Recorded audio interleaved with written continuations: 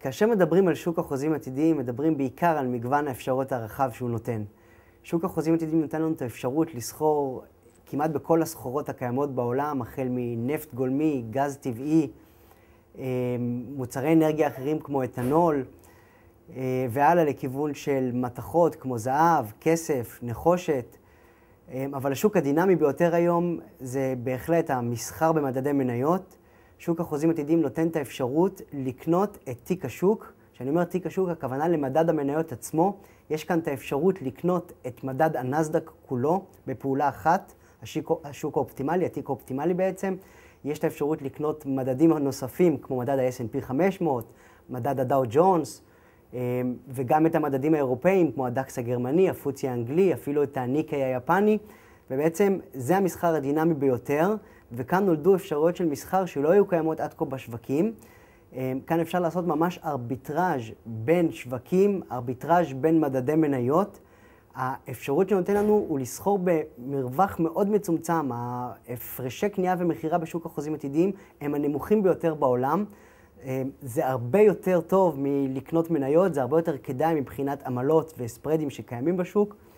וזה נותן לנו גם את האפשרות להשתמש במינוף. זאת אומרת, לקנות נניח $2,000 את מדד הנסדק בשווי של 20 או 50 אלף דולר אפילו, וכל זאת כמובן עם השקעה מאוד קטנה.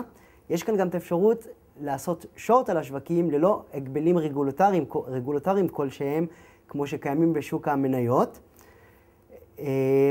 מעבר לזה, יש לנו גם את האפשרות לסחור בסחורות נוספות, כמו חיטה או תירס או סוכר, שגם נהיו סחורות מאוד דינמיות, בעקבות זאת שמייצרים מהם אתנול, שזה בעצם התחליף נפט מספר 1 היום בעולם, האתנול. אני אראה כאן דוגמה של מסחר. אני משתמש הרבה במסחר בקורולציה בין שווקים, בין מדדים. לדוגמה, אני מסתכל כאן זה במקרה הנפט, אני מסתכל על מדד הדקס הגרמני, שכמובן היום בירידה, פתח בגאפ מאוד גבוה והמשיך את כל הירידה שלו. אני מסתכל על מדד הדקס לעומת מדד הנסדק, ואני רואה שבעצם יש איזושהי קורולציה שהם יורדים כולם. מה שאני מחפש כאן, וזו אפשרות שקיימת כמעט רק בשוק החוזים עתידיים, זה בעצם לחפש תנועה שמתחילה בשוק אחד ועוברת אז לשווקים אחרים. זה נקרא מומנטום בעצם, ויש כאן גם את האפשרות הזאת של סקלפינג ומומנטום, וכל האפשרויות האלה קיימות בשוק, מכיוון שמגוון האפשרויות פה מאוד רחב, והעמלות והספרדים מאוד מצומצמים.